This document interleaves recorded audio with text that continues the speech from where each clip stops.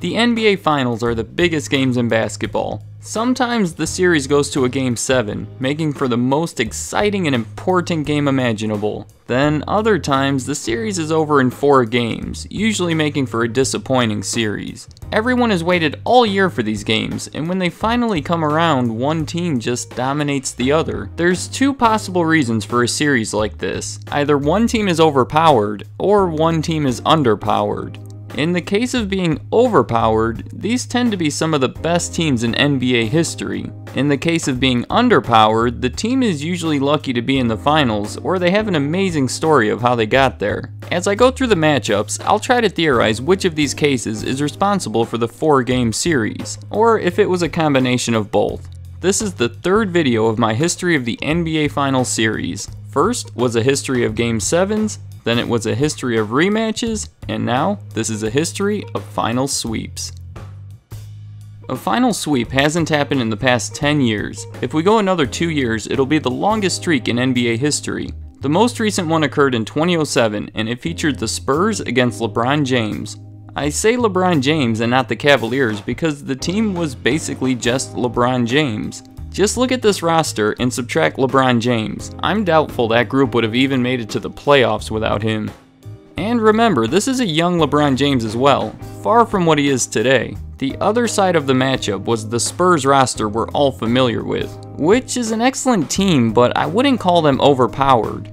This is a case of the Cavs being underpowered, and in fact, I would say it's amazing that they even made it to the finals. But the odd thing is that both teams lost the same amount of playoff games leading to the series. Cavaliers swept the first round and lost 2 games in each of the next 2 series, including an astounding Eastern Conference Finals victory against a strong Pistons team in a series in which LeBron averaged 12 minutes more than any other player on his team. What LeBron was able to accomplish that year with the team he had is nothing short of amazing. But once he got to the finals, he couldn't even manage to take a single game. It wasn't as one-sided as it may seem. The biggest margin of victory was 11 points, and the last 2 games were decided by a single possession. If LeBron had a little better support, he could have easily avoided that sweep, but the Spurs likely would have still won. It was Duncan, Parker, and Ginobili in some of their best playing years. The Cavaliers put up a good fight, but in the end were just too weak compared to the Spurs. Let's go another 5 years back, to 2002 and a finals matchup between the Lakers and the Nets. This is the Kobe, Shaq, early 2000s championship Lakers team, so you might initially think that they were so strong that their opponent couldn't even win a single game against them in the finals. But I'm going the other way on this one. I'm saying the 4-0 series was due to the Nets being weak. This was the 3rd consecutive championship for the Lakers, and the team was considerably better in the first 2. The first of the 3 featured Shaquille O'Neal in what I concluded in a previous video to be his best season ever. And the second of the 3 had the best playoffs record in NBA history. The only game they lost that year was in the finals, and that one was due to an incredible performance from Allen Iverson. But nevertheless, the Lakers were better the previous 2 years, and neither one of those final series was a sweep. So in a year where they're worse, and they do sweep their opponent, I have to blame the opponent. And that opponent was the Nets, a team that passed the first round by a single game. A team with only 52 season wins, which is good but low for a team in the finals. In the finals, Kobe had an above-average series, and Shaq was just incredible, averaging over 36 points. But the Nets didn't have anyone who could measure up to these two. Their highest scorers were Kenyon Martin with 22 per game and Jason Kidd with 21. A fine duo, but not so sure they're finals worthy, and I'm sure they don't measure up to Kobe and Shaq. Game 2 was a blowout, but the other 3 games were somewhat close. But in the end, the Nets just couldn't compete with the Lakers. Now we're going back to 1995, a year where the finals matchup was between the Rockets and the Magic. These 2 teams were packed with legendary players. On the Rockets' end there was Hakeem Olajuwon, Clyde Drexler, Robert Horry, and on the Magic's end there was Shaq, Penny Hardaway, and Horace Grant. The East was especially strong this year, and the Magic had an impressive road to the finals, beating Michael Jordan and the Bulls in the second round and Reggie Miller and the Pacers in the third. The Magic had 57 season wins, which is decent, and the Rockets had 47, but the Rockets were defending champions. After reviewing everything, I probably would have predicted to see a close series, and probably would have said the Magic would have won it all. But the Rockets won every game, and I'm not exactly sure who to point to for this. It's arguable whether Shaq or Hakeem was the best player in the series. Hakeem was the points leader in every game, but not by much, and Shaq was more efficient. All the support on both ends played at high levels as well. Possibly we can point to the Rockets' finals experience. I'm not exactly sure what happened here. The games were fairly close, but the Rockets just seemed to come out on top every time.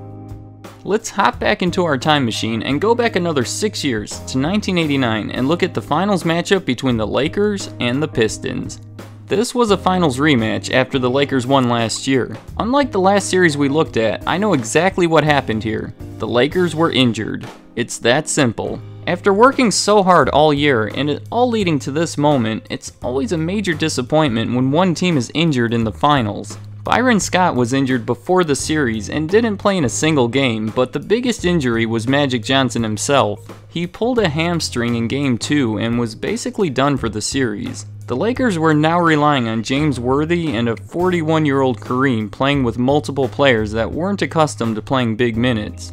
On the other end was Isaiah, Lambeer, Rodman, and the whole gang, a group that had passed Larry Bird and Michael Jordan in the earlier rounds, only losing 2 games total, both against the Bulls. The Lakers hadn't lost a single game entering the series, so it's hard to predict how things would have gone had the Lakers been healthy.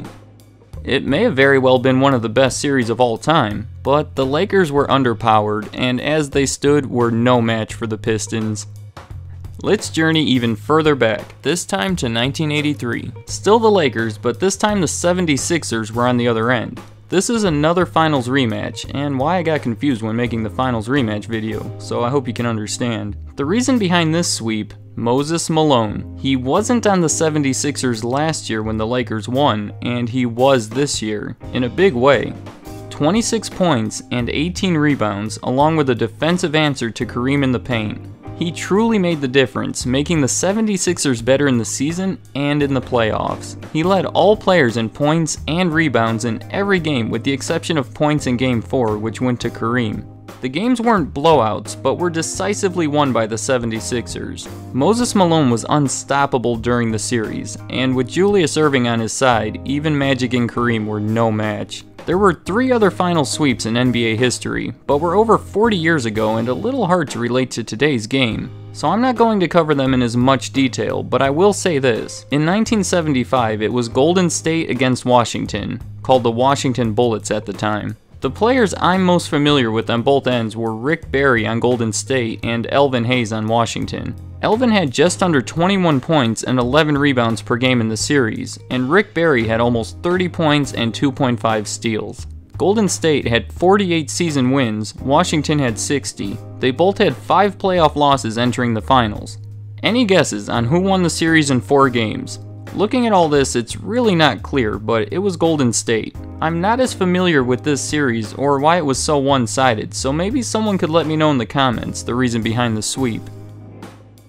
In 1971, the Bucks played in the finals against the Bullets in a series that ended in a sweep. The Bucks had 66 season wins, whereas the Bullets had 42. The Bucks lost only 1 game in each of the first 2 rounds, whereas the Bullets lost 3 games in each, barely squeezing past. The Bucks had the former triple-double king along with a young Kareem. You can take a guess at who won this series, and you'd probably be right. It was the Bucks in 4. Kareem averaged 27 points and 18.5 rebounds to earn his first of many NBA championships. The very first final sweep was in 1959 and featured the Lakers and the Celtics. The winner was the Celtics. I won't go too much into this one, but I do want to point out the rebound leader in each game.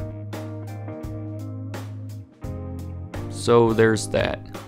8 final sweeps in NBA history. The West has won 5 of them and the East has only won 3. The West has taken the last 3, meaning the East hasn't swept the finals in the last 28 years and won't be breaking the streak this year. Also, the Lakers appeared in half of all the sweeps and were on the losing end of 3 of the 4. So we can say that the Lakers have been swept in the finals more than any other team in NBA history, but no team has been on the winning end more than once, so they're also technically tied for sweeping a team in the finals the most times in NBA history.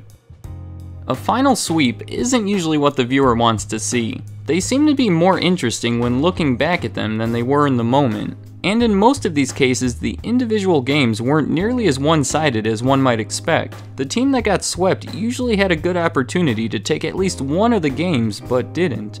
One way to look at this is that the losing team should be embarrassed for getting swept in the finals, and the other way to look at this is that the team should be proud for making it to the finals. Personally, I tend to judge it on a case-by-case basis. Let me know in the comments what you think of these final sweeps or anything else I mentioned in the video. I'd like to hear what you have to say. Thank you for watching. If you liked this video and want to see more in a similar style, be sure to subscribe by clicking the logo so you know when I upload a new one.